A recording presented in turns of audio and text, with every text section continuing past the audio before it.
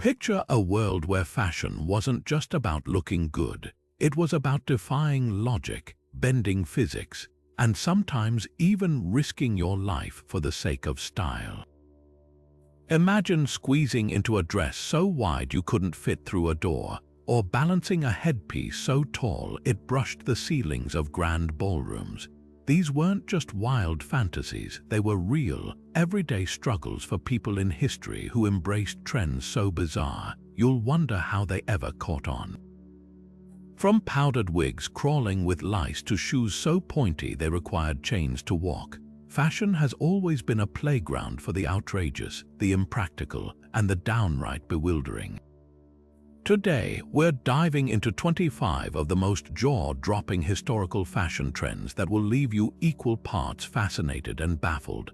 These weren't just fleeting fads. They were cultural phenomena, symbols of status, and sometimes even political statements wrapped in silk, lace, and occasionally live animals. Yes, you heard that right. Some of these trends were so extreme they blurred the line between clothing and performance art. And the craziest part, people didn't just tolerate these styles, they fought to wear them, no matter the cost or discomfort. So why did these trends exist? What drove entire generations to embrace fashion that seems absurd by today's standards? That's the journey we're about to take together. You'll meet trendsetters who turned heads literally with their outrageous choices, and you'll uncover the surprising stories behind why these styles took hold.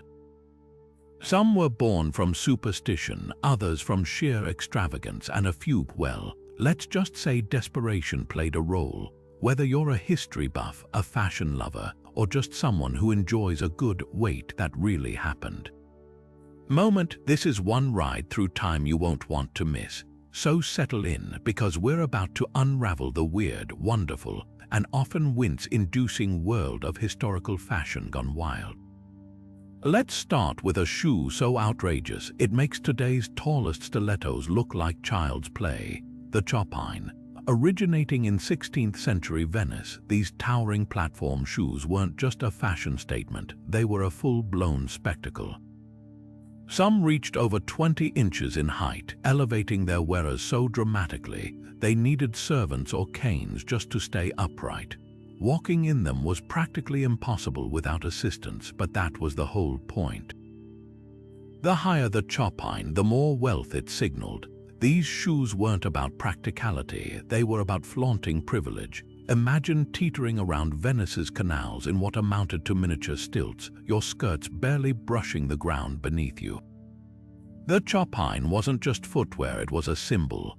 In a city drowning in luxury, where silk and gold defined your place in society, the ability to wear something so absurdly impractical screamed, "I don't need to work or even walk unaided." Some designs were so elaborate, they featured intricate carvings, precious metals, or even hidden compartments for perfumes. But there was a darker side to this trend. Beyond the obvious hazard of tripping, which could land you face first in a canal, these shoes also became a target for moral critics. Preachers and satirists mocked Chopines as symbols of vanity, while doctors warned they caused miscarriages and back deformities. Yet for decades, Venetian noblewomen clung to them, even as the rest of Europe shook their heads in disbelief. So why did they fade? Partly because fashion moves on, but also because practicality eventually won out. As Venice's power waned, so did the appetite for such blatant displays of excess. The Chopine's legacy, though, lives on, proof that when it comes to fashion, humanity has always been willing to sacrifice comfort and sometimes common sense for the sake of looking unforgettable. Now let's journey from towering shoes to skirts so wide they could double as architectural marvels, the farthingale. Popular in Elizabethan England, these rigid hoop skirts transformed women's silhouettes into impossible cone-shaped spectacles. Picture a dress so expansive it could span 6 feet from side to side, turning doorways into obstacle courses and chairs into distant fantasies. Farthingales weren't just clothing, they were wearable statements of power, literally reshaping the space around the wearer. The mechanics were as ingenious as they were impractical. A series of hoops, often made from whalebone, wood, or even metal, were sewn into layers of fabric, creating a scaffold that forced skirts into a perfect bell shape. The wider the farthingale, the higher the status it signaled. Queen Elizabeth I herself was a devoted fan, using these exaggerated skirts to project an image of unshakable authority. In a world where courtiers jostled for favor, dominating a room wasn't just metaphorical, it was physical. A noblewoman's farthingale ensured no one could approach her without permission, turning fashion into a tool of social control. But behind the grandeur lay a world of daily struggles. Sitting required precision. Women had to perch on the very edge of stools or risk flipping their skirts upward in an embarrassing display. Moving through crowded spaces meant turning sideways, and even then, servants often had to clear a path. Dancing, forget it. The most active wearers could manage was a slow, stately glide. Any sudden movement risked toppling the entire contraption. And then there were the more humiliating hazards. Historical accounts describe women getting stuck in doorways, knocking over candles, or even accidentally sweeping objects off tables with their monstrous skirts. Critics of the time didn't hold back. Puritans called farthingales devil's cartwheels, claiming they encouraged vanity and wasted fabric. Satirists mocked wearers as walking tents, while doctors warned the weight and pressure could warp spines or cause miscarriages. Yet for nearly a century, women endured the discomfort because in the cutthroat world of courtly politics, the message mattered more than mobility. The farthingale wasn't just a garment, it was armor in silk, a declaration that its wearer belonged to a class so elevated, practicality was beneath them.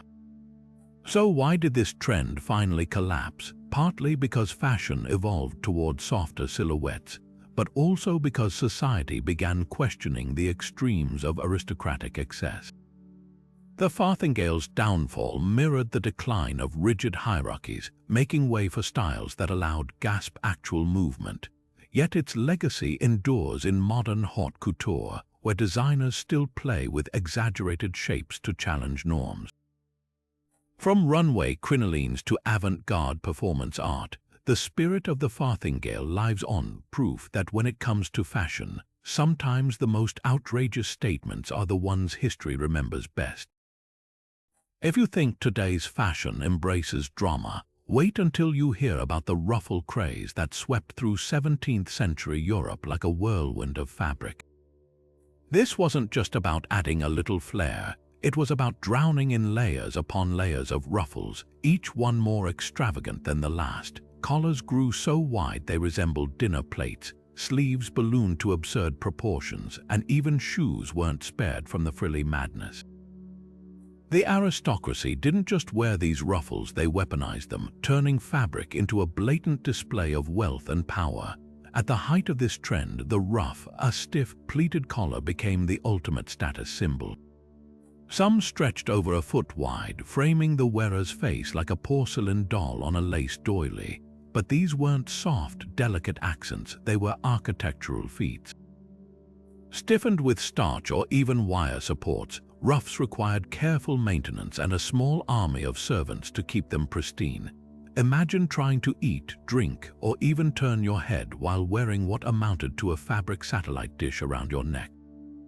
And yet, nobles wore them with pride because discomfort was a small price to pay for looking untouchably regal. The sleeves were another spectacle. Known as slashing, this trend involved cutting slits in the outer fabric to reveal voluminous layers of ruffled undergarments beneath. The effect, a single sleeve could contain enough fabric to upholster a small chair, billowing with every movement like a ship's sail in the wind. Walking through a doorway became a strategic endeavor, and dancing was less about grace and more about not taking out nearby guests with a rogue frill. But why did ruffles dominate for so long? Beyond their visual impact, they served a darker purpose: separation. The more elaborate your ruffles, the more you signaled that you'd never done a day of manual labor in your life. These garments were impossible to work in, impractical to clean, and required constant upkeep, perfect for a class that thrived on exclusivity. critics of course had a field day. Satirists mocked ruffles as walking laundry piles, while moralists decried them as wasteful vanity. Even royalty wasn't immune. King Louis XIII of France famously banned overly wide ruffs at court, calling them ridiculous. Yet, like all extreme fashions, the ruffle craze eventually collapsed under its own weight, literally. As Europe shifted toward simpler, more mobile styles, the aristocracy's love affair with excessive fabric began to wane. But the legacy of ruffles never truly disappeared. Today, they resurface in haute couture and theatrical costumes, a nod to that era when fashion wasn't just worn, it was engineered to astonish. So the next time you see a runway look drowning in frills, remember, history's most outrageous trends never really die. They just wait for the right moment to make a grand, ruffled comeback. Now we come to one of history's most peculiar hair trends, the powdered wig.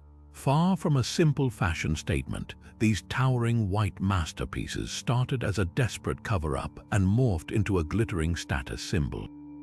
In 18th century Europe, syphilis was rampant, and one of its most visible side effects was patchy hair loss. Those infected, often wealthy men who frequented brothels, turned to wigs to hide their shame. But what began as a medical necessity soon became a cultural obsession, with powdered wigs signaling not just health but power, wealth, and sophistication. The most extravagant wigs, called perruques, could cost as much as a working-class family's yearly income. Made from human or even horsehair, they required meticulous styling with lard or tallow to hold their shape before being dusted with fine white powder, usually made from starch, flour, or even ground bone. The powder wasn't just for aesthetics, it helped mask the stench of unwashed hair and the rancid grease holding the wig together. Aristocrats didn't just wear these wigs, they maintained entire collections with different styles for court, parliament, or casual strolls through their estates.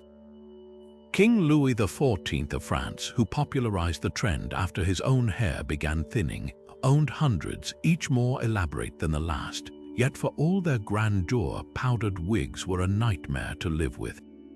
The heavy pomade attracted lice, turning these status symbols into crawling nests. Wealthy wig owners employed servants just to pick bugs out of their hairpieces, a task so revolting it spawned slang terms like nitpicker. Worse still, the powder was highly flammable. Stories abound of wig wearers standing too close to candles and turning their heads into instant torches.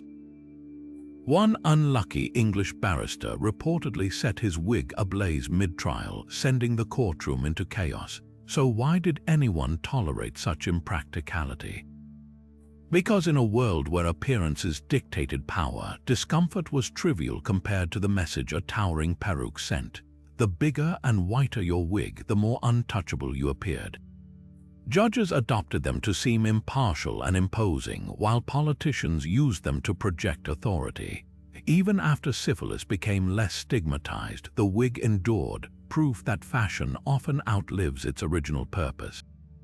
By the late 18th century, though, the trend collapsed. The French Revolution made powdered wigs a hated symbol of the aristocracy, and simpler, more natural styles came into vogue. But their legacy lingers in modern courts and ceremonies, where wigs still crown legal professionals in some countries, a ghostly reminder of an era when hair wasn't just personal but political. If you thought powdered wigs were the height of 18th century extravagance, prepare to meet their flamboyant cousin, the macaroni. This wasn't just a style, it was a full-blown cultural rebellion where young British men returning from their European grand tours brought back a look so over-the-top it sparked moral panic. Picture this: towering wigs piled high with curls, coats so tight they might as well have been painted on, and hats so comically small they barely perched atop those mountainous hairstyles. These weren't just fashion choices, they were deliberate provocations, blurring the lines between masculine and feminine in ways that scandalized high society. The term macaroni itself was a jab. Named after the Italian pasta dish considered exotic at the time, it mocked these trendsetters for their perceived foreign affectations. But the macaronists leaned into the ridicule, turning their style into a middle finger to traditional masculinity. They accessorized with delicate snuff boxes, carried embroidered handkerchiefs, and even wore high heels, a far cry from the sturdy boots of their father's generation. Their outfits screamed decadence, with fabrics like silk and velvet in eye-popping colors that made them stand out in any room. One contemporary critic grumbled that a macaroni looked like a butterfly squeezed into a shotgun barrel, and honestly, they weren't wrong. What made this trend truly explosive wasn't just the clothes, it was the backlash. Satirical cartoons depicted macaronis as effeminate fools, their tiny hats and exaggerated postures making them punchlines in the press. Moralists warned that such blurred gender lines would lead to societal collapse, while playwrights penned entire comedies mocking their mannerisms. Yet beneath the laughter lay genuine anxiety. The macaroni style threatened rigid class and gender norms, proving that fashion could be a weapon against convention. Fast forward to today, and the macaroni spirit lives on in gender-fluid fashion. When Harry Styles wears a frilly Gucci dress or Billy Porter stuns in a tuxedo gown, they're walking the same razor's edge between admiration and outrage. The debates haven't changed much. Critics still clutch their pearls at men embracing feminine aesthetics, just as they did 250 years ago. But here's the twist: the macaronists would have loved it. They weren't just ahead of their time, they were proof that fashion has always been a battleground for identity.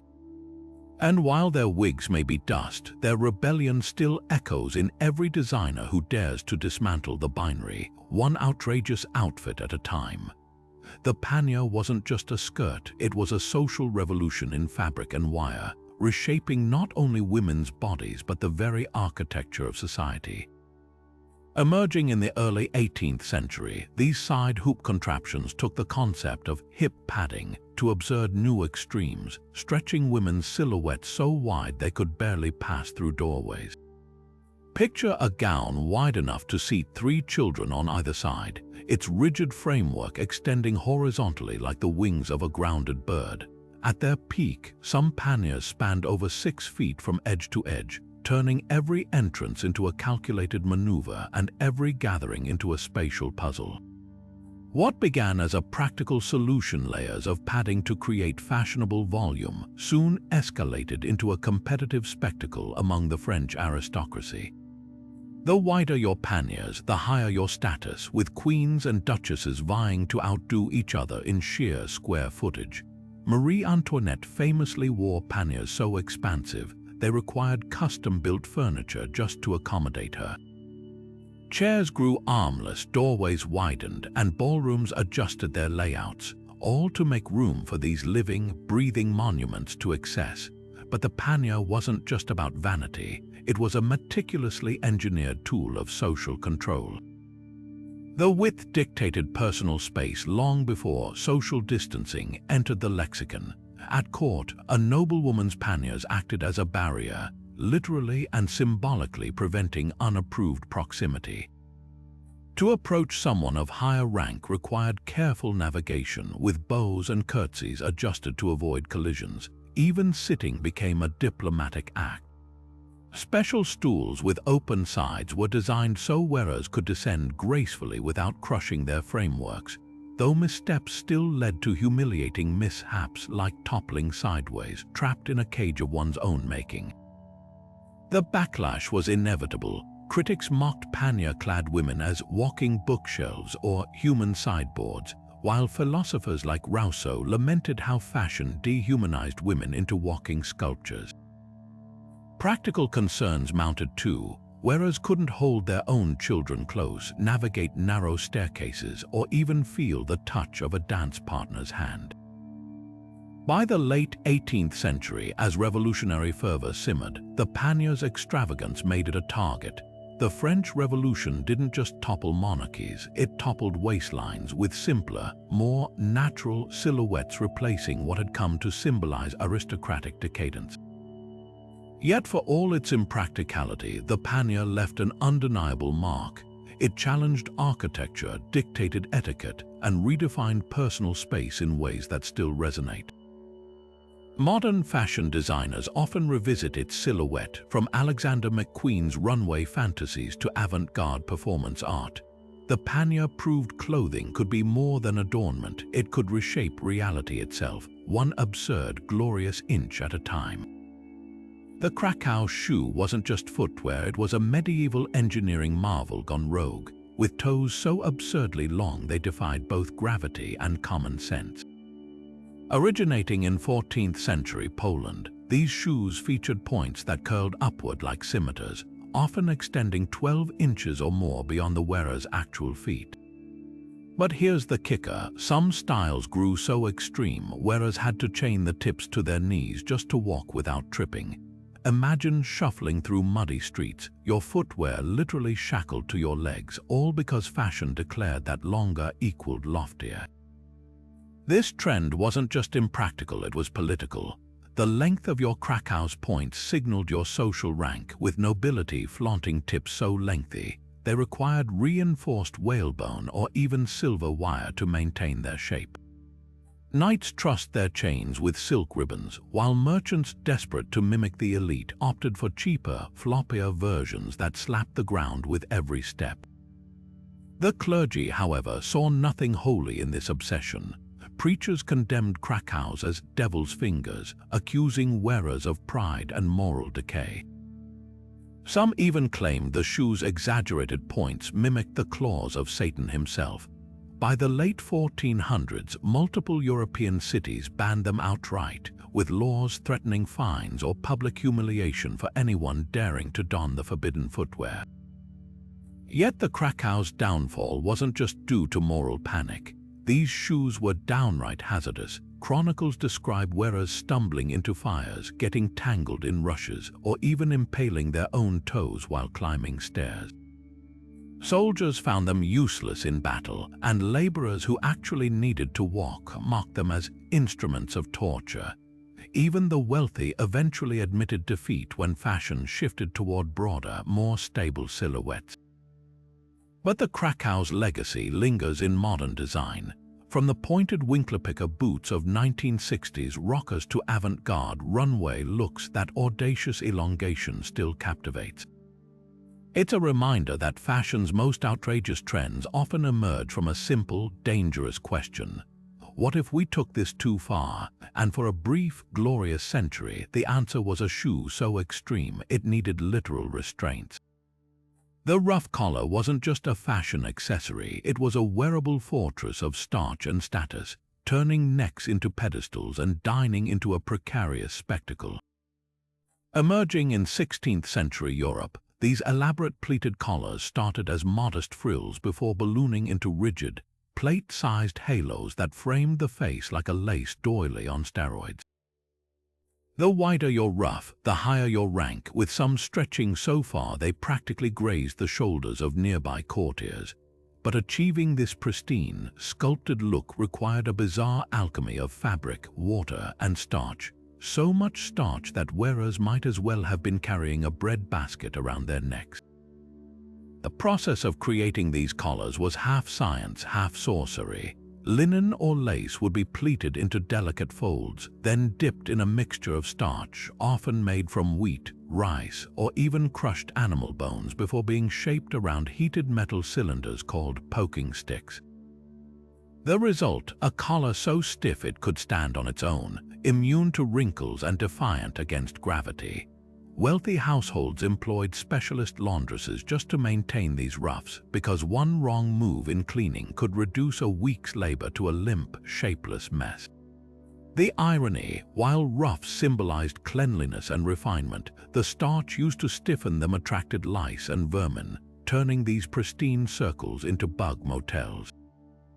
Dining in a ruff was its own form of acrobatics, with collars blocking easy access to the mouth. Aristocrats adopted long-stemmed spoons, resembling mini fencing foils, just to navigate meals without staining their finery. Sipping wine required tilting the head back like a bird drinking from a puddle, while hearty laughs risked jabbing the chin on the ruff's sharp edges. Some wearers even complained of neck strain from the sheer weight of their starched halos, leading to wry nicknames like millstones or dinner plate disease. But the ruff's downfall wasn't just due to discomfort. It became a lightning rod for criticism during times of famine and austerity. Preachers railed against the wasteful use of wheat starch while peasants starved, and satirists mocked ruffs as snowbanks around the neck in an era when winter meant real suffering. By the early 17th century, as Europe's political climate cooled toward ostentation, the ruff flattened into softer, more practical collars. Yet its legacy endures in modern fashion, from the exaggerated necklines of haute couture to the judge's robes still echoing its judicial authority. The ruff was more than fabric. It was a declaration that even something as simple as a collar could carry the weight of an entire society's contradictions. The bustle wasn't just a fashion accessory, it was a full-blown architectural feat strapped to the backside, turning Victorian women into walking optical illusions. Emerging in the late 19th century, this bizarre trend inflated the rear silhouette to cartoonish proportions, with some designs protruding nearly 3 feet from the wearer's spine. At first glance, it seemed purely absurd. Why would anyone willingly strap a miniature shelf to their derriere? But the bustle's origins were surprisingly practical. As crinolines faded from fashion, women needed a way to manage the sheer volume of their skirts without tripping over layers of fabric. The bustle solved this by lifting excess material into a graceful cascade at the back, allowing for easier movement while maintaining that coveted hourglass shape. Early versions were almost humble small pads of horsehair or down, discreetly sewn into dresses. But as competition among society women heated up, so did the bustle's extravagance. By the 1870s, engineers had entered the fray, crafting wire cages and collapsible steel springs that bounced with every step. Some designs even featured hinges, allowing wearers to sit without crushing their elaborate contraptions. The most extreme iterations required custom upholstery, with silk-covered pillows so plush they rivaled furniture. One satirical cartoon of the era depicted a woman knocking over a row of teacups simply by turning around, a playful jab at the trend's ridiculous scale. Yet for all its impracticality, the bustle was a masterclass in optical engineering. By exaggerating the hips and rear, it created the illusion of a dramatically cinched waist, no corset tightening required. This silhouette wasn't just fashionable, it was aspirational. A woman with a prominent bustle signaled she had servants to navigate tight spaces for her and carriages wide enough to accommodate her profile. It was mobility as performance art, proving once again that fashion thrives on the delicate balance between function and fantasy. Of course, critics had a field day. Doctors warned that the weight of these structures caused spinal misalignment, while moralists griped that the exaggerated curves were indecent. Even fellow Victorians poked fun. The term bustle itself came from the old French word for rustle, mocking the sound these contraptions made as wearers shuffled through ballrooms. But the most fascinating backlash came from within. By the 1890s, women began rejecting the bustle as too restrictive, opting instead for simpler, streamlined skirts. Its downfall mirrored societal shifts. Urbanization demanded practicality, and the suffrage movement had little patience for garments that literally weighed women down. Yet, like all great fashion rebellions, the bustle never truly disappeared. Its DNA lives on in modern runway exaggerations, from Alexander McQueen's avant-garde silhouettes to the playful padding of contemporary streetwear. What began as a solution to skirt volume became a symbol of an era's contradictions, both constricting and liberating, absurd yet ingenious. The bustle reminds us that sometimes the most outrageous trends aren't just about looking good. They're about testing the very limits of what a body can or should become. At the dawn of the 20th century, as the world sped toward modernity with airplanes and automobiles, fashion took a bizarre turn in the opposite direction, literally. Enter the hobble skirt, a style so restrictive it made walking a near impossibility. These ankle-hugging creations, popularized around 1910, narrowed so severely below the knees that wearers could only manage tiny, shuffling steps. Imagine trying to sprint in a straitjacket for your legs, and you'll grasp the absurdity of a trend that traded mobility for the illusion of sleek, aerodynamic elegance. The hobble skirt's origins are as ironic as they are unexpected. Credit or blame often goes to French designer Paul Poit, who claimed inspiration from the daring new world of aviation. As airplanes captured the public imagination, Poit pitched these skirts as the sartorial equivalent of streamlined flight, with their tapered silhouettes mimicking the tapered fuselages cutting through the skies. The connection was more marketing than mechanics, but it worked. Suddenly, women of fashion were donning these so-called speed skirts that made brisk movement physically impossible. Some designs took the concept to extremes, incorporating decorative straps or even buckles that cinched the legs together, turning each step into a delicate balancing act. But the hobble skirt wasn't just about aesthetics, it was a lightning rod for cultural tensions. On one hand, it symbolized modernity's fascination with technology and progress. On the other, it became a glaring metaphor for the constraints still placed on women in an era of supposed liberation. Suffragettes, then fighting for the vote, derided the trend as a step backward, with one activist famously declaring, "You can't march to equality in a skirt that won't let you cross the street." Cartoonists had a field day depicting hobbled women toppling over like upended teacups or relying on servants to carry them over puddles. Even practical concerns mounted. Wearers couldn't climb stairs without assistance, board streetcars without modification, or flee danger in emergencies. Yet for all its critics, the hobble skirt found fierce defenders. Some women embraced it precisely because it demanded attention and assistance, flaunting their ability to prioritize style over practicality. Others subverted its limitations with hidden innovations, secret pleats, concealed slits, or even divided underskirts that allowed for greater movement while preserving the illusion of restriction. The skirt's popularity also birthed bizarre spin-offs like the hobble garter, a strap worn between the knees to prevent accidental splits. The trend's collapse was as swift as its rise. As World War I demanded practical clothing for women entering factories and fields, the hobble skirt became a relic of pre-war frivolity. But its legacy lingers in fashion's ongoing dance between freedom and constraint. Every time a runway model teeters on impossible heels or a designer reinvents the bodycon silhouette, we see echoes of that moment when women literally bound their legs in the name of style, only to kick free when history demanded it. The hobble skirt wasn't just a garment, it was a cultural tightrope walk, balancing society's dreams of progress against its hunger for control. And like all great fashion contradictions, it proved that sometimes the most restrictive trends spark the loudest rebellions. In an era when kings and knights strutted like peacocks in steel and velvet, no garment screamed, "Look at me," quite like the codpiece. What began in the 15th century as practical crotch protection for armored soldiers quickly morphed into Europe's most absurd and audacious fashion statement. Picture this: men padding their groins with fabric so exaggerated, they might as well have been carrying a second helmet down there.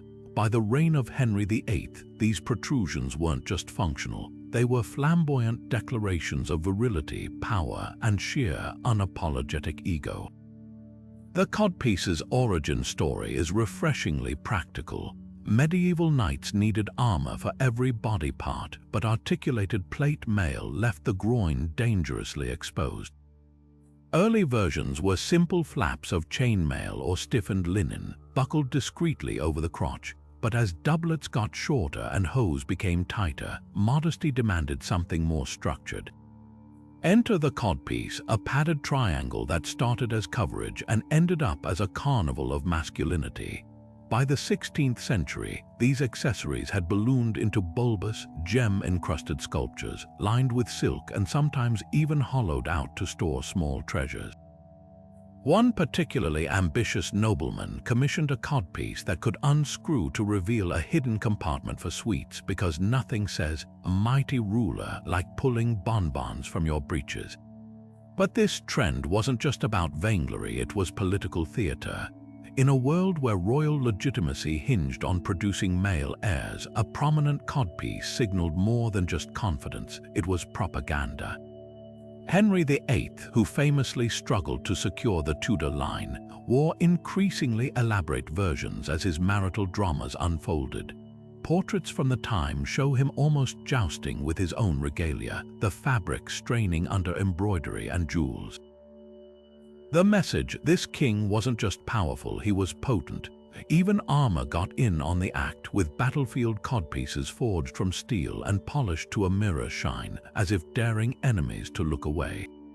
Of course, not everyone was impressed. Satirists mocked codpieces as pride pockets, while moralists warned they incited lust. The church, predictably, condemned them as sinful vanity, though that didn't stop clergy from occasionally sporting their own under those flowing robes.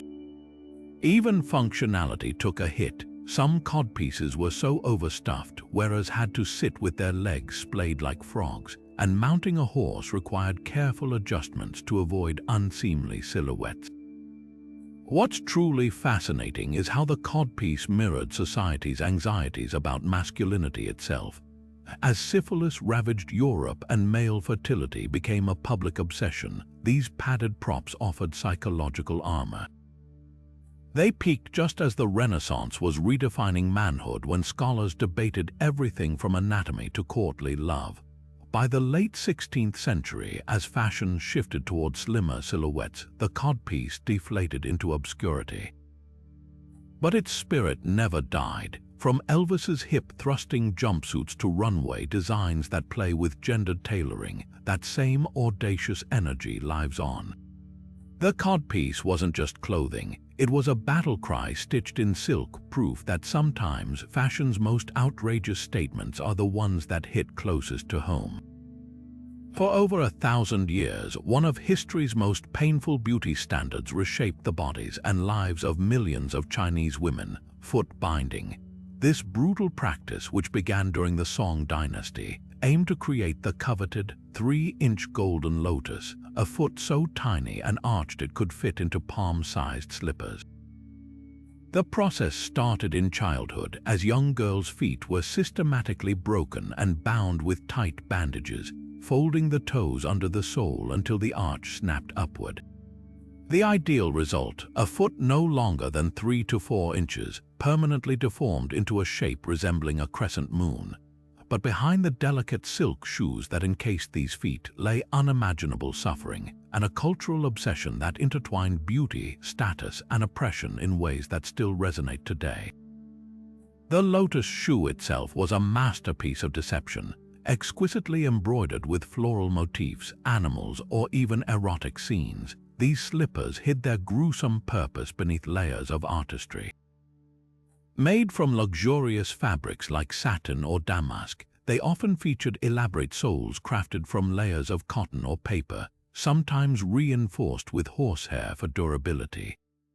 Wealthy women owned dozens, pairing specific designs with seasons or occasions: peonies for spring, plum blossoms for winter. Some shoes even concealed tiny bells or hollow heels filled with perfume, turning each mincing step into a sensory performance. But this craftsmanship served a darker function: to distract from the reality that wearers could barely walk without pain. Foot binding wasn't just about aesthetics, it was a cultural straitjacket. In a society where women's mobility meant freedom, tiny feet became symbols of chastity and obedience. A bound foot signaled that a woman came from a family wealthy enough to spare her from labor, making her marriageable. Mothers who resisted binding their daughters risked condemning them to spinsterhood, while poets and scholars romanticized the lotus gait, that unsteady, swaying walk that became synonymous with femininity. The irony: this ideal was literally crippling. Chronicles describe women with bound feet crawling on hands and knees to perform chores, or suffering lifelong infections as toenails grew into flesh. The practice's abolition didn't come easily. As Western influence grew in the late 19th century, missionaries and reformers condemned foot binding as barbaric, while Chinese nationalists branded it a backward tradition shaming modernization. Anti-foot binding societies sprang up, promising elite suitors for unbound girls. Yet even after official bans in the early 20th century, some rural families clung to the practice secretly, fearing social ostracism. Today, the last surviving women with bound feet are living relics of a fading era, their shoes now museum artifacts haunting reminders of how deeply beauty standards can cut. What makes the lotus shoe so chilling isn't just its history, but what it reveals about the extremes of cultural conformity. Like corsets or neck rings, it shows how pain can be polished into prestige and how the body itself can become a canvas for society's demands. Modern fashion still wrestles with these echoes, from sky-high heels to waist trainers, proof that the allure of suffering for beauty never truly disappears. It just changes shape. The Victorian wasp waist wasn't just a fashion statement, it was a full-blown physical rebellion against anatomy itself, squeezing women's bodies into proportions so extreme they defied biology. At the height of this craze in the late 19th century, an 18-inch waist was considered merely acceptable, while the most coveted measurements, those 15 or 16 inches, required steel-boned corsets laced tight enough to displace organs and fracture ribs. These weren't mere garments, they were full-body tourniquets engineered to shrink the waist to nearly half its natural size.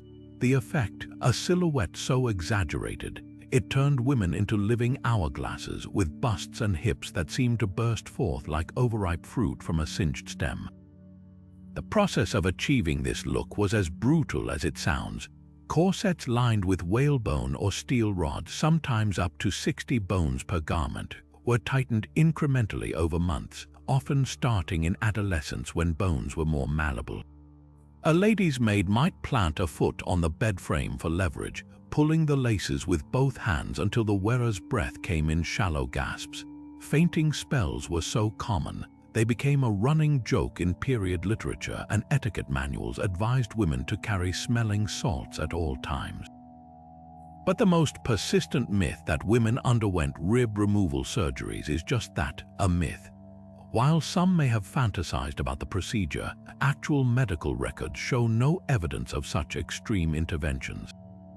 The real horror was subtler: compressed livers, collapsed lungs, and digestive systems so cramped, wearers could manage only tiny, bird-like meals. What's fascinating is how this torture masqueraded as liberation. Advertisements touted corsets as health garments that improved posture and supported weak spines, never mind that doctors of the era documented cases of uterine prolapse and atrophied core muscles. The corset's rise coincided with industrialization, when mass production made these contraptions affordable to the middle class. Suddenly, every woman could aspire to the same silhouette as queens and actresses, even if it meant enduring constant pain. The corset became a great equalizer, but also a shackle. A woman unlaced was considered morally loose, while a tightly cinched waist signaled purity and self-control. Yet even at its peak, the wasp waist had dissenters. Early feminists like Amelia Bloomer railed against corsets as instruments of oppression, while progressive physicians published studies linking them to miscarriages and digestive disorders. Satirical cartoons depicted women as teapots, all spout and no room for liquid, or as human flies trapped in their own silhouettes. Even fashion's arbiters eventually admitted the absurdity. By the early 20th century, as women entered workplaces and demanded mobility, the corset's grip loosened, but its legacy never vanished. Today's waist trainers and tight-lacing subcultures prove the allure of that impossible silhouette endures, a reminder that beauty standards rarely disappear. They just wait for the right moment to squeeze back into the spotlight. Pantalettes weren't just undergarments. They were a delicious contradiction, hiding everything while flaunting just enough to keep 19th century society riveted. These delicate, lace-trimmed leg coverings, peeking coyly beneath skirts and trousers alike, blurred the lines between modesty and provocation in a way that would make modern fashionistas blush. Worn by both women and young boys, they were the ultimate paradox, simultaneously shielding the body from scandalous exposure while drawing the eye to the very areas they were meant to conceal. Picture a Victorian lady lifting her skirt slightly to climb stairs, revealing a froth of embroidered linen at her ankles, strictly proper yet undeniably tantalizing. The design was deceptively simple, two loose leg tubes often split at the crotch for practicality, secured at the waist with drawstrings, but the details told a richer story. For girls and women, pantalettes reached mid-calf, edged with rows of lace so intricate they became a status symbol. The wealthier the wearer, the more lavish the trim, some boasted handmade Brussels lace costing more than the dress itself. For boys, they were shorter but no less ornate, a reminder that childhood was the one time males could revel in frills before graduating to stern, unadorned trousers. This shared garment between genders reveals a fascinating quirk of history. Before rigid gender binaries hardened in the late 19th century, children's fashion was a fluid, almost neutral territory. What makes pantalettes truly fascinating isn't just their construction, but their cultural tightrope walk. In an era where an exposed ankle could spark scandal, these glimpses of lace became a sanctioned form of tease. They transformed what should have been purely functional, protecting expensive outer garments from sweat and dirt, into a performance. A lady's pantalettes might coordinate with her petticoat's lace, creating a layered effect when she moved. Satirists of the time mocked this modesty theater, with one cartoon showing a woman tripping on her hem, her pantalettes unfurling like a banner for onlookers. Yet for all the giggles, the message was clear. Even in repression, fashion finds ways to whisper what it can't shout. By the 1860s, as skirts widened into hoop-supported monstrosities, pantalettes ballooned accordingly. Some versions featured open crotches not for titillation but practicality, allowing women to relieve themselves without dismantling layers of crinoline. This bizarre blend of modesty and functionality sums up the era's convoluted relationship with the body. Cover it, yes, but make the covering itself a spectacle. The trend's end came with changing silhouettes. As skirts narrowed in the 1890s, pantalettes shrank into mere ruffles on drawers, then vanished entirely. Yet their ghost lingers in today's fashion rebellions, from peekaboo lingerie to gender-neutral clothing lines, proof that even the most restrained eras can't stifle style's sly subversions. In the end, pantalettes were more than fabric. They were a wink in an otherwise straight-laced century, a reminder that fashion's most rigid rules often birth its most playful loopholes. Where else could lace be both armor and invitation, both shield and signal? That's the pantalette's paradox, and it's one we're still unraveling today. In the shadow of Europe's deadliest plague outbreaks, a figure emerged so haunting, it still chills us centuries later. The plague doctor, clad head to toe in waxed leather, wielding a cane and crowned with that infamous beaked mask. This wasn't just protective gear, it was a walking symbol of terror and desperation, a last-ditch barrier between life and a disease no one understood. The mask's design, long, hollow beak, round glass eyes, and an air of something not quite human, was born from equal parts science and superstition. 17th century physicians believed plague spread through miasma, or bad air, so they stuffed those grotesque beaks with aromatic herbs like lavender, mint, and myrrh, hoping to filter out death itself. Imagine breathing through a spice cabinet while stepping over corpses in the streets. This was medicine at its most surreal. Yet the mask's horror masked a deeper irony. While doctors strutted in these costumes, convinced they were safe, they unknowingly carried fleas, the real plague vectors trapped in their robes. The plague doctor's uniform, for all its theatricality, often failed spectacularly.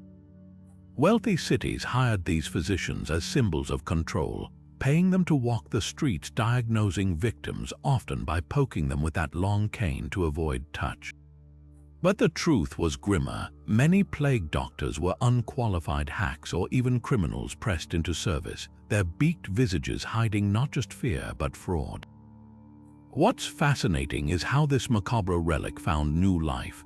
Today, the plague doctor mask is a staple of Gothic cosplay and steampunk fashion, stripped of its original terror and reborn as a symbol of eerie elegance. Video games and films exaggerate the silhouette, turning history's failure into a visual shorthand for pandemic dread. Modern epidemiologists cringe at the irony. Those herb-stuffed beaks did nothing to stop the Black Death, yet they've outlasted countless legit medical breakthroughs in our collective imagination.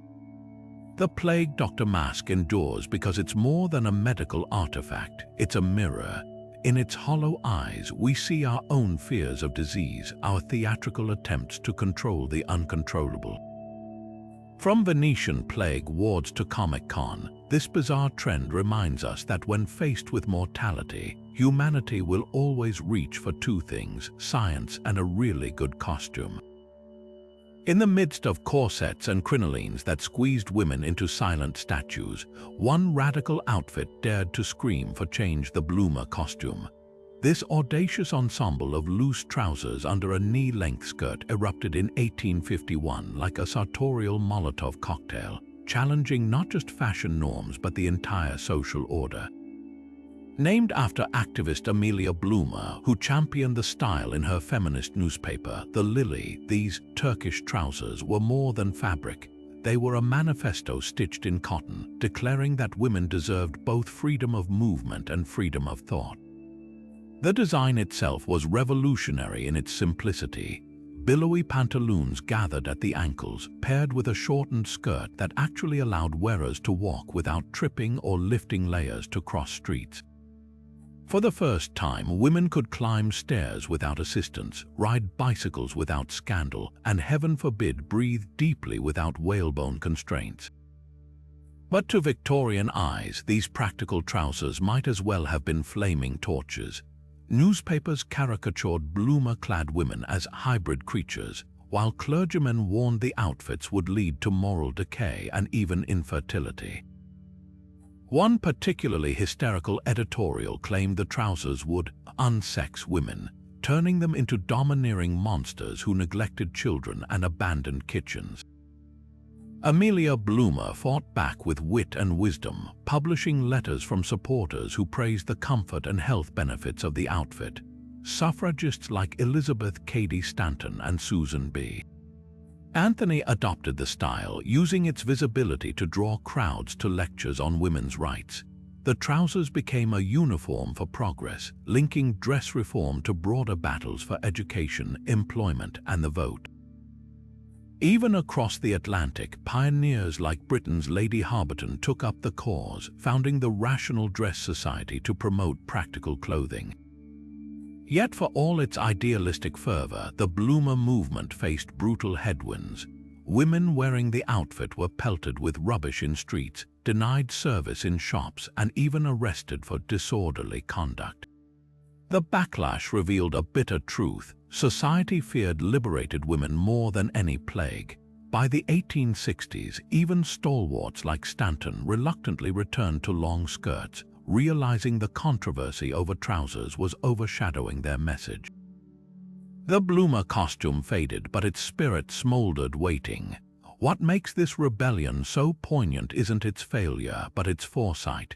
Decades before bicycles or buses made restrictive skirts truly dangerous, these women saw the connection between mobility and autonomy.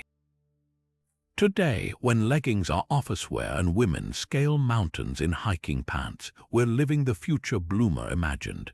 Her legacy lingers every time a girl pulls on jeans without a second thought, or a CEO wears a pantsuit to the boardroom.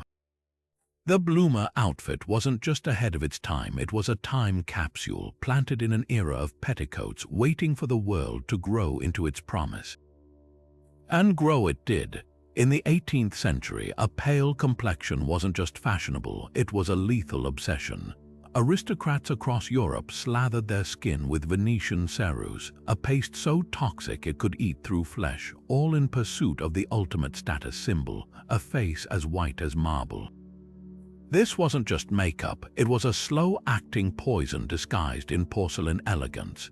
The recipe, a mix of lead and vinegar, whipped into a creamy veneer that smoothed wrinkles and masked imperfections while quietly corroding skin, nerves, and organs beneath. Queen Elizabeth I famously coated herself in it, her iconic pallor less a choice than a necessity by the end of her reign, as the ceruse scarred her so severely she refused to be seen without it. The application process was as grotesque as the effects. Women and many men would layer the paste thickly, sometimes over mercury-laden soap that bleached the skin raw. The lead penetrated pores, causing hair loss, tooth decay, and muscle paralysis. Some users developed saturnine gout, a condition where lead accumulation made joints swell grotesquely, leaving hands claw-like and faces permanently contorted. Accounts describe aristocrats with skin so ravaged they resembled melted wax dolls, yet they kept applying the poison because a ruined face was still preferable to the unspeakable scandal of looking like a laborer with a healthy glow. Ironically, this deadly trend birthed some of history's first beauty influencers. French courtiers like Madame de Pompadour turned leaden complexions into high art, accessorizing with faux beauty marks to mimic the moonlight skin effect. The more disfigured you became, the more powder you needed, creating a vicious cycle that bankrupted families literally and physically. Even children weren't spared. Portraits from the era show infants with chalky faces, their parents eager to advertise wealth from the cradle. The backlash when it came was as brutal as the makeup itself. Satirists depicted ceruse-covered faces cracking like eggshells, while doctors warned of the White Plague sweeping through ballrooms. By the late 1700s, as Enlightenment ideals praised natural beauty, the trend began to fade, but not before claiming countless lives. Modern tests on historical portraits reveal shocking lead levels in the paint itself, suggesting some subjects may have been posthumously touched up to hide the disfigurement their vanity caused. What's chilling isn't just the recklessness, but the devotion to an ideal that demanded suffering as proof of privilege. Today's beauty standards still walk that fine line, from tanning beds to injectables, but the powdered faces of the 18th century remain history's starkest warning. When fashion flirts with poison, it's never just skin deep. The cage crinoline wasn't just a skirt support, it was a revolution in steel and springs that turned every 19th century woman into a walking architectural wonder. Unlike the bulky petticoats of earlier decades, these lightweight hoop skirts used concentric rings of flexible steel or whalebone to create that iconic bell shape, freeing women from layers of suffocating fabric. Suddenly, a dress could weigh 20 pounds instead of 50, and moving became almost effortless. Almost, because while the cage crinoline solved one problem, it invented a dozen more, each more absurdly dangerous than the last. For starters, let's talk fire. In an era of candlelit parlors and billowing skirts, the crinoline was essentially a flammable trampoline strapped to the hips. Newspapers overflowed with horror stories, women leaning too close to hearths and erupting into human torches, or brushing against oil lamps and vanishing in a whoosh of fabric. The steel rings conducted heat like frying pans, making escape nearly impossible. Some tragic accounts describe bystanders throwing blankets over burning crinolines, only for the wearers to stumble and suffocate in the collapsed cage. Funeral notices of the time often cited crushed by her dress as a grimly common cause of death. Then there was the issue of visibility. While the crinoline's creators promised modesty, its rigid structure had a habit of flipping upward in wind or sudden movements, revealing far more than propriety allowed. Caricaturists had a field day depicting women as upturned teacups, their ankles gasp, exposed to scandalized onlookers. Enterprising manufacturers even sold crinoline guards, weighted hems meant to anchor skirts down, but these often backfired, tangling feet and sending wearers sprawling. Queen Victoria herself reportedly banned the trend at court after one too many embarrassing incidents involving her ladies-in-waiting and inconvenient gusts. Yet for all its hazards, the crinoline democratized fashion like never before. Factory-made versions were cheap enough for maids and shopgirls to afford, blurring class lines in ways that terrified elites. A duchess and her scullery maid might now share the same silhouette, a notion so unsettling some aristocrats retreated to even wider, custom-made cages just to stay ahead. The crinoline became a social equalizer, then a class battleground, then finally a cautionary tale. By the 1870s, as women entered workplaces and needed to navigate narrow aisles or machinery, the cage collapsed under its own impracticality. But here's the twist: we never truly left it behind. From poodle skirts to Balenciaga's modern hoop dresses, that same architectural whimsy resurfaces whenever fashion wants to play with space, volume, and a little healthy danger. The crinoline wasn't just a garment, it was a dare, and history shows we'll always accept. The zoot suit wasn't just clothing, it was a political statement stitched in wool and rayon, a flamboyant middle finger to wartime austerity and racial oppression. Emerging from the jazz clubs and barrios of 1940s America, these oversized ensembles featured sky-high waistbands, ballooning trousers tight at the ankles, and shoulders so heavily padded they could have doubled as epaulettes. A proper zoot suit might use up to 30 yards of fabric during World War II, rationing enough to make several military uniforms, and that very excess is what made it revolutionary. For Black, Latino, and Filipino youth embracing this style, the zoot suit wasn't about fashion. It was about claiming space in a society that told them to shrink. Jazz legends like Cab Calloway turned the zoot suit into a stage persona, its exaggerated lines mirroring the improvisational freedom of bebop. The drape shape, as enthusiasts called it, required precise tailoring. Those high-waisted pants needed to cascade just right over thick-soled shoes, while the long coat swung with every dance move like a conductor's baton. Accessories pushed the look further. Watch chains dangling to the knee, wide-brimmed hats angled just so, and sometimes a feathered or polka-dotted pocket square for flair. In segregated America, where minorities faced constant policing of their bodies, the zoot suit screamed defiance through every inch of excess fabric.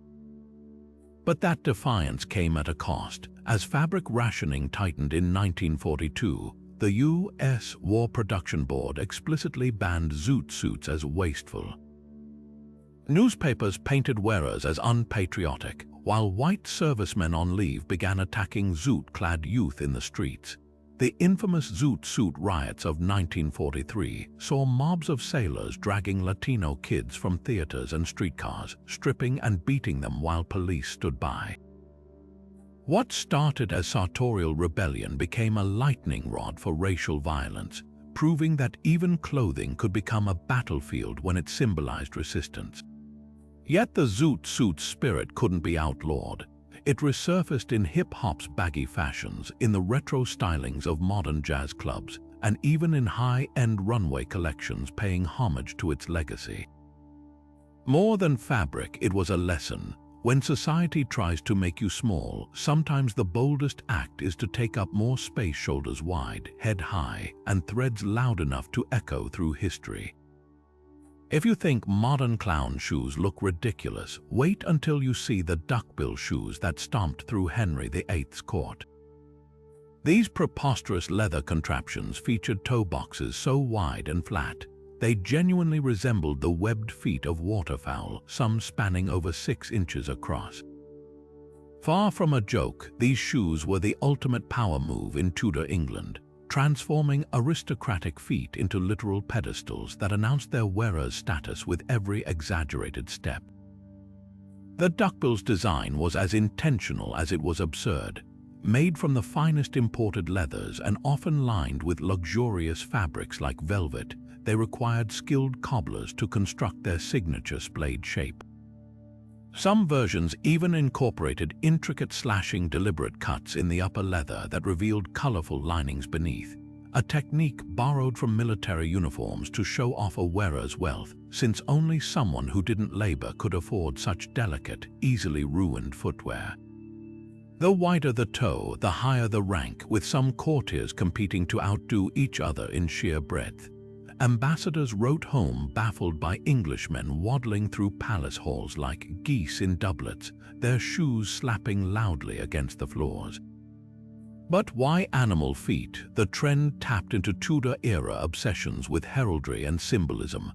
Ducks and swans represented marital fidelity in courtly love traditions, ironic given Henry's infamous marital carousel. More practically, the broad toe allowed for hidden insulation against England's damp floors, while also accommodating painful gout swellings, a common affliction among meat-gorging nobles. Yet the shoe's true power was psychological. In an era where sumptuary laws dictated who could wear what, duckbills became a sneaky loophole. There was no law regulating toe width, so ambitious courtiers weaponized absurdity to skirt class restrictions. The backlash was inevitable. As Henry's reign grew more turbulent, critics mocked duckbills as shovels for sin and devil's paddles. Clergymen claimed the shoes made men effeminate, while satirists depicted wearers tripping over their own feet or accidentally crushing small animals. By the 1540s, even the king, once the trend's most prominent fan, abandoned duckbills for sleeker silhouettes, signaling a broader shift toward Spanish-inspired austerity. The shoes didn't just fade, they were actively purged, with many pairs burned in public squares as symbols of excess. Yet their legacy waddles on. Modern runway designers like John Fluvog have resurrected the duckbill's playful proportions, while historians recognize them as early examples of fashion as social warfare. These weren't just shoes, they were wearable propaganda, proving that sometimes the most ridiculous trends carry the sharpest cultural teeth, or in this case, the widest. The 1920s didn't just raise spirits, it raised hemlines, and with them, the collective blood pressure of conservative society. What began as a quiet rebellion, skirts creeping from ankle to mid-calf, exploded into full-blown scandal when flapper dresses dared to reveal knees. This wasn't just fabric shifting, it was the tectonic plates of gender norms cracking wide open. The hemline hoax, as critics called it, became the ultimate visual shorthand for women's liberation, a silent protest stitched into every inch of discarded chiffon. Designers like Coco Chanel championed shorter skirts as emblems of practicality, freeing women from the literal weight of Victorian excess. A knee-length dress meant you could run for a bus, dance the Charleston without tripping, or, heaven forbid, ride a bicycle unchaperoned. But the real revolution wasn't in mobility, it was in mentality. For the first time, mass-produced fashion allowed working-class women to emulate these bold styles, turning what was once elite provocation into a grassroots movement. Department stores sold ready-to-wear flapper dresses by the thousands, each one a tiny manifesto against the idea that respectability required confinement. Of course, the backlash was volcanic. Moralists warned that exposed knees would lead to societal collapse, with newspapers printing frantic editorials about flaunting flesh. Schools and churches banned short skirts, some even employing hemline inspectors to measure girls' dresses with rulers. In Zurich, police reportedly arrested women for showing too much leg, while American towns passed laws fining indecent hemlines. One particularly unhinged claim suggested that rising skirts caused earthquakes, yes, earthquakes, by upsetting the natural order, yet the most ferocious resistance came from within. Older generations of suffragists who'd fought for votes in long skirts often saw flappers as frivolous traitors to the cause. The irony, those very flappers were leveraging fashion as activism. A raised hemline wasn't just about showing skin, it was about claiming space in a world that still told women to shrink. When hemlines rose, so did expectations. By the 1930s, economic depression brought longer skirts back into vogue, but the genie couldn't be rebottled. The hemline hoax had exposed a truth: clothing could be both a weapon and a barometer of change. Today, debates over school dress codes and appropriate work attire prove we're still fighting the same battles, only now we call it progress. Imagine waking up one day to find your beard had become taxable property. That's exactly what happened in Russia in 1705, when Tsar Peter the Great declared war on facial hair, not with razors but with ruthless financial penalties. His infamous beard tax wasn't just about grooming. It was a cultural scorched earth campaign designed to drag his boyars, the old noble class, kicking and screaming into what he saw as a modern, westernized world. For centuries, Orthodox Christian tradition had revered beards as sacred, a literal embodiment of godliness inherited from biblical prophets.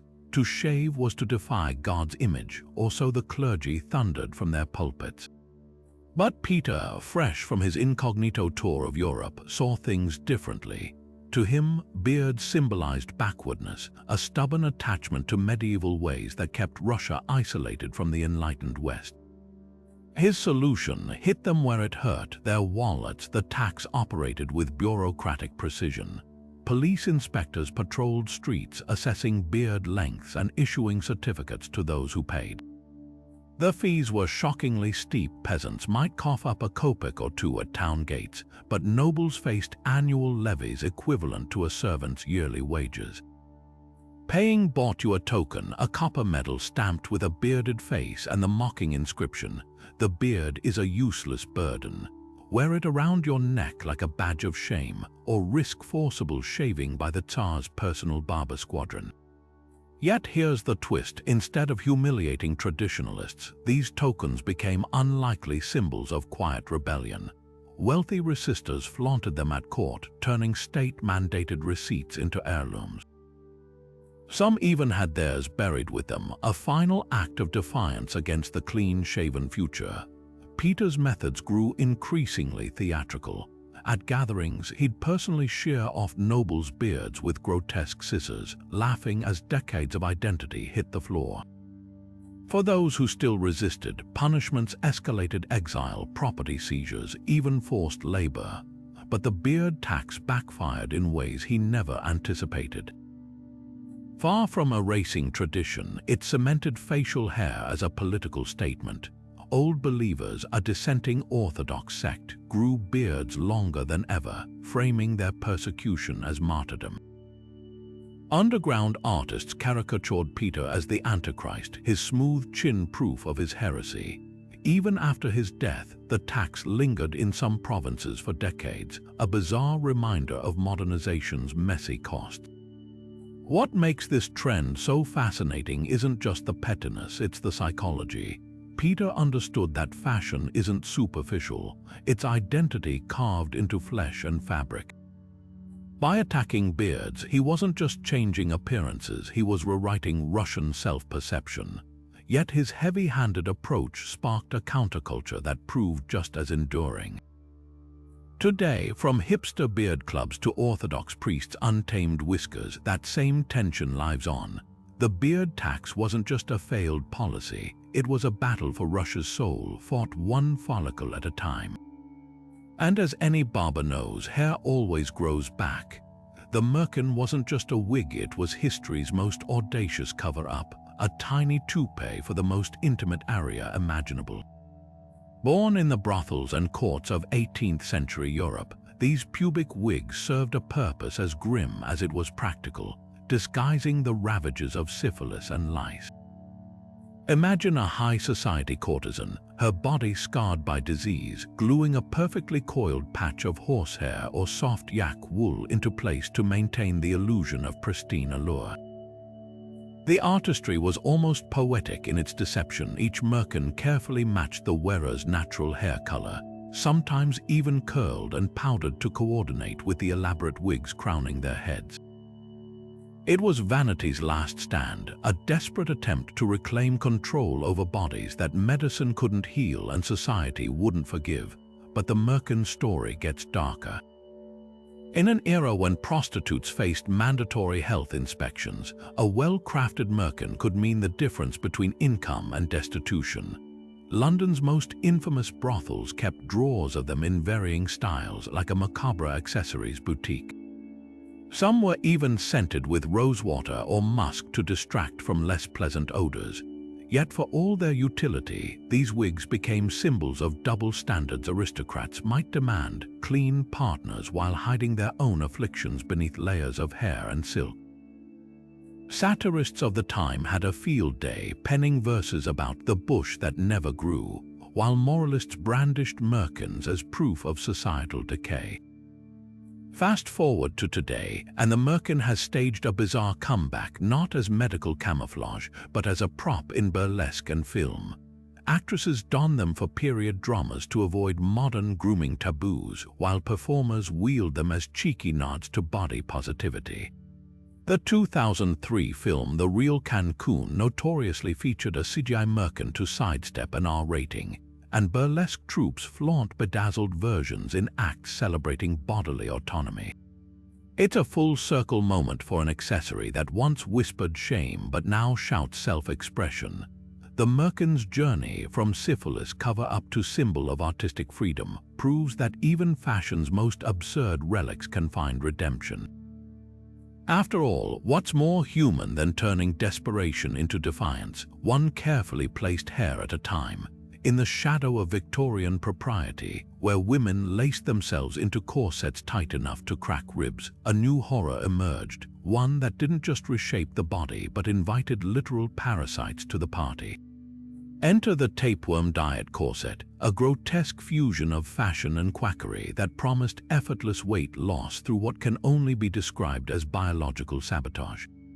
These weren't ordinary corsets, they were marketed with live tapeworm eggs, sold as slimming aids to women desperate for the era's impossible standard, a waist so tiny it could be encircled by a man's hands. The idea was as simple as it was stomach-churning: swallow the eggs, let the worm grow inside you, and watch as it devoured your meals before calories could settle on your hips. Advertisements for these parasitic accessories read like something from a Gothic nightmare. Elegant illustrations showed serene women in lace-trimmed corsets, their cinched waists emphasized by bold captions like "Nature's perfect slimming partner." The small print, directions to drink vinegar to calm the worm's appetite, or warnings about temporary discomfort as the parasite matured. Never mind that tapeworms could cause seizures, intestinal blockages, or even death. In a world where beauty demanded suffering, a little internal freeloader seemed a fair trade. Doctors of the era, or at least those willing to profit from the trend, peddled tapeworm pills alongside arsenic complexion wafers and mercury-laced face creams, creating a cottage industry of slow-motion suicide masked as self-improvement. The cruel irony: these corsets often failed on both fronts. The tapeworms, if they survived the stomach's acid, could grow up to 30 feet long, leaching nutrients so severely that wearers developed gaunt faces and brittle hair, hardly the blooming Victorian ideal. Meanwhile, the corsets themselves were cheaply made, their boning prone to snapping and stabbing the wearer. Surviving examples in museums show stains from bodily fluids, hinting at the infections and ulcers caused by unhygienic materials pressed against skin for hours. Yet women kept buying them because the alternative, being labeled unmarriageable for lacking a wasp waist, was social oblivion. What makes this trend especially chilling isn't just the blatant disregard for health, but how it mirrored society's broader appetite for consumption. The same era that romanticized frail, fainting heroines in literature also normalized literal self-consumption in pursuit of beauty. Critics like Dr. Isaac Baker Brown publicly condemned the practice, calling it a cannibalism of one's own vitality. But their warnings were drowned out by the cacophony of fashion plates and ladies' magazines touting the latest miracle slimmers. Even as germ theory gained traction, the tapeworm corset persisted, proving that when it comes to beauty standards, denial isn't just a river in Egypt, it's a survival tactic. By the early 20th century, the trend slithered into obscurity, outdone by new scientific diet fads and the growing backlash against tight lacing. But its legacy lingers in modern extremes, from waist trainers promoted by celebrities to dangerous laxative teas. The tapeworm corset wasn't just a fashion misstep. It was a cautionary tale about how far we'll go to shrink ourselves for a world that always demands more room. And perhaps the most haunting lesson, the parasites weren't just in the corsets, they were in the culture. Long before Botox and face creams promised eternal youth, Elizabethan aristocrats took a far more theatrical approach. They covered their faces entirely. The so-called mask of youth craze saw noblewomen and even some men donning intricately crafted leather or velvet masks in public, not as disguises but as desperate attempts to halt time's relentless march. These weren't the flimsy party favors we think of today. They were custom-fitted face helmets lined with silk and fastened with ribbons or tiny hooks behind the ears. Some boasted delicate lace trim around the eyes and mouth, while others featured painted-on beauty marks or rosy cheeks, creating a surreal doll-like effect. Imagine walking through London streets and locking eyes with someone whose face was quite literally a frozen facade. The mask's supposed benefits ranged from practical to downright magical. In an era when sun exposure was blamed for wrinkles, not entirely wrong, wearing one shielded delicate skin from weather damage, wealthy patrons slathered their faces with toxic concoctions like mercury-based creams underneath, believing the mask seal would enhance absorption. More superstitious wearers tucked herbs like lavender or elderflower inside, convinced the enclosed heat would steam their skin into freshness. The most extravagant versions were even lined with thin layers of gold leaf, a practice borrowed from alchemy that promised to transfer gold's supposed immortality to the wearer's complexion. Yet these masks revealed more than they concealed. Their popularity exploded alongside England's rigid sumptuary laws, which dictated who could wear certain fabrics or jewels based on rank. A velvet mask wasn't just skincare, it was a loophole. While lower classes were forbidden from sporting luxurious fabrics on their bodies, nothing stopped them from masking their faces in theory. In reality, the finest masks became status symbols, their materials and craftsmanship broadcasting wealth as clearly as any gem-encrusted gown. The middle-class woman's plain leather version might cost a month's wages, while a duchess's mask could feature imported Venetian velvet and pearls sewn along the hairline. Critics saw through the trend's contradictions. Satirists like Ben Jonson mocked wearers as walking portraits, their frozen faces betraying the vanity they tried so hard to hide. Puritan preachers railed against masks as Satan's veils, accusing noblewomen of pride and deception. Even practical concerns mounted. Breathing through tightly fitted leather in summer heat could induce fainting spells, while winter moisture trapped inside promoted mold growth. Some diarists recount horror stories of masks being ripped off during altercations, revealing skin ulcerated by unwashed linings or the telltale sores of syphilis. What makes these masks so haunting isn't their oddity, but their familiarity. Today's $300 sheet masks and Instagram filters serve the same purpose, crafting an illusion of agelessness accessible only to those who can afford it. The Elizabethans just took it to its logical extreme. If you can't stop time, why not hide from it entirely? Their desperate vanity echoes in every modern, anti-aging panic, proving that while the tools change, the obsession remains. These masks weren't just fabric and thread, they were mirrors reflecting a truth we still struggle to face, that youth, like the finest velvet, is a luxury not everyone gets to keep.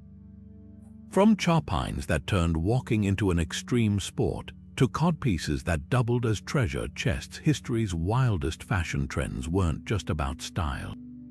They were mirrors reflecting the fears, ambitions, and contradictions of their times.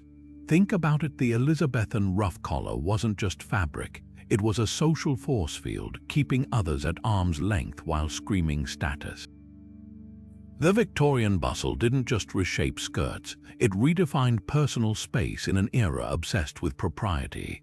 And let's not forget the macabre ingenuity of the plague doctor's mask, a desperate attempt to ward off death with herbs and leather. Each of these trends, no matter how absurd, held up a distorted funhouse mirror to the societies that birthed them. What's truly fascinating isn't just the extremes people endured: broken feet, poisoned skin, parasitic corsets, but why they endured them. Behind every towering wig or hobbling skirt was a story about power, identity, and the lengths humans will go to belong or stand apart. The Zoot Suit riots proved clothing could spark literal battles over race and class, while the bloomer costume revealed how a simple pair of trousers could threaten an entire social order. Even the humble merkin, that bizarre pubic wig, whispered secrets about disease, deception, and the eternal scramble for control over our own bodies. So here's the real question: which of these trends left you absolutely gobsmacked? Was it the Chopine-wearing Venetian nobles who needed servants just to stay upright? The Tudor men who waddled around in duckbill shoes wider than their heads? Or maybe the tapeworm diet corset, where women literally invited parasites to dine at their expense? Drop your pick in the comments. We want to hear which historical fashion horror story haunted you the most.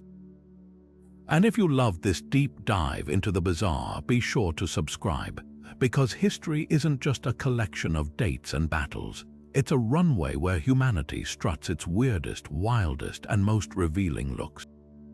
And trust us, we've only scratched the surface.